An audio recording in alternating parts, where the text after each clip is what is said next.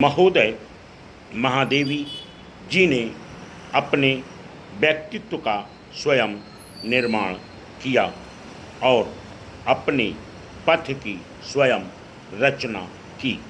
अपनी पूरी क्षमता के साथ पथ की बाधाओं को चुनौती देती हुई जीवन में अग्रसर हुई।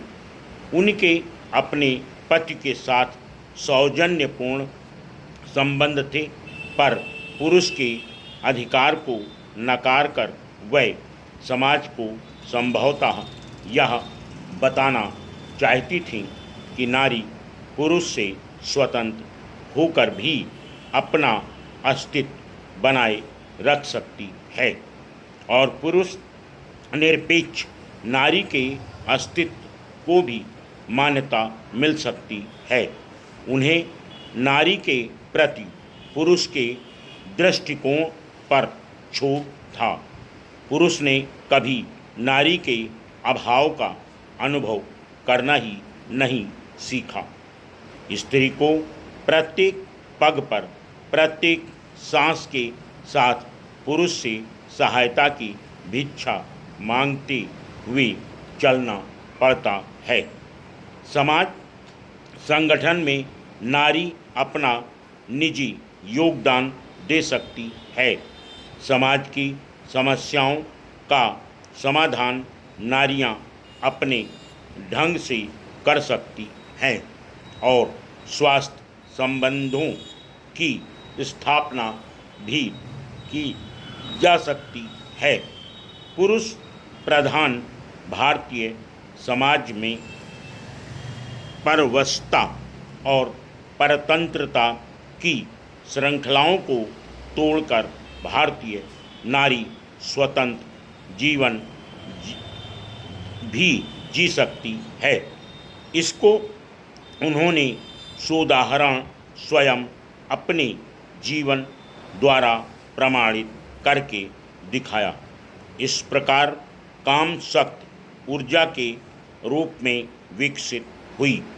महादेवी के व्यक्तित्व में काम शक्ति का प्रतिबंधित और दिशांतरण रूप विकसित हुआ, जो सामाजिक दृष्टि से उपयोगी सिद्ध हुआ। महादेवी जी के व्यक्तित्व में मानसिक द्वंद्व की प्रमुखता बाल्यावस्था से ही देखने को मिलती है। विवाह को अस्वीकार करके स्वयं के लिए द्वंद्वात्मक स्थिति उत्पन्न की तथा परिणामतः उन्हें मानसिक तनाव का सामना करना पड़ा। उनके व्यक्तित्व में भावुकता एवं बौद्धिकता के अद्भुत मेल, शिक्षा एवं आध्यात्म के प्रभाव से तनाव से मुक्ति पाने के लिए अलौकिक प्रिय का संबल लिया तथा काव्य के क्षेत्र में रचनात्मक दृष्टिकोण अपनाया।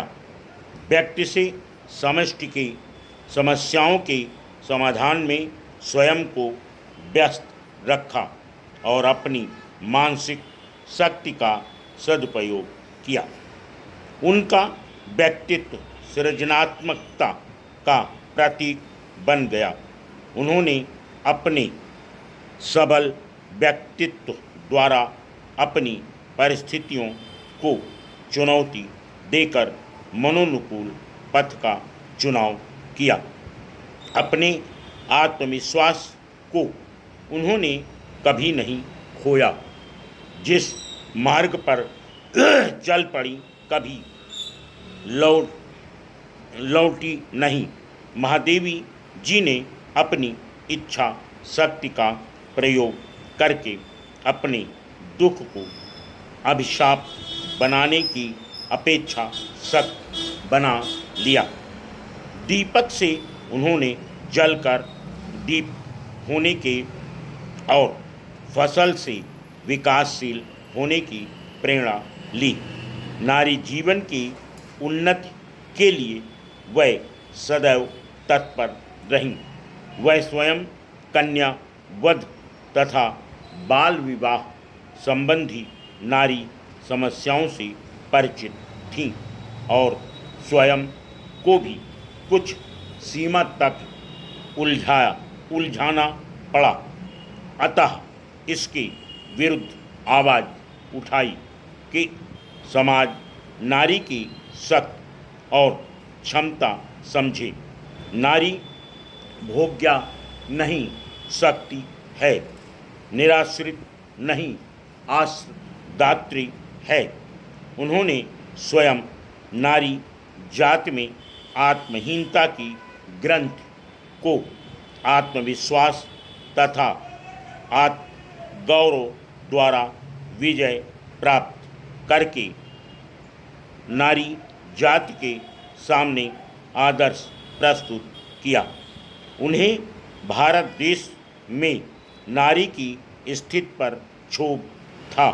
नारी आज अलंकरण मात्र है, पुरुष उसे भोग रहा है।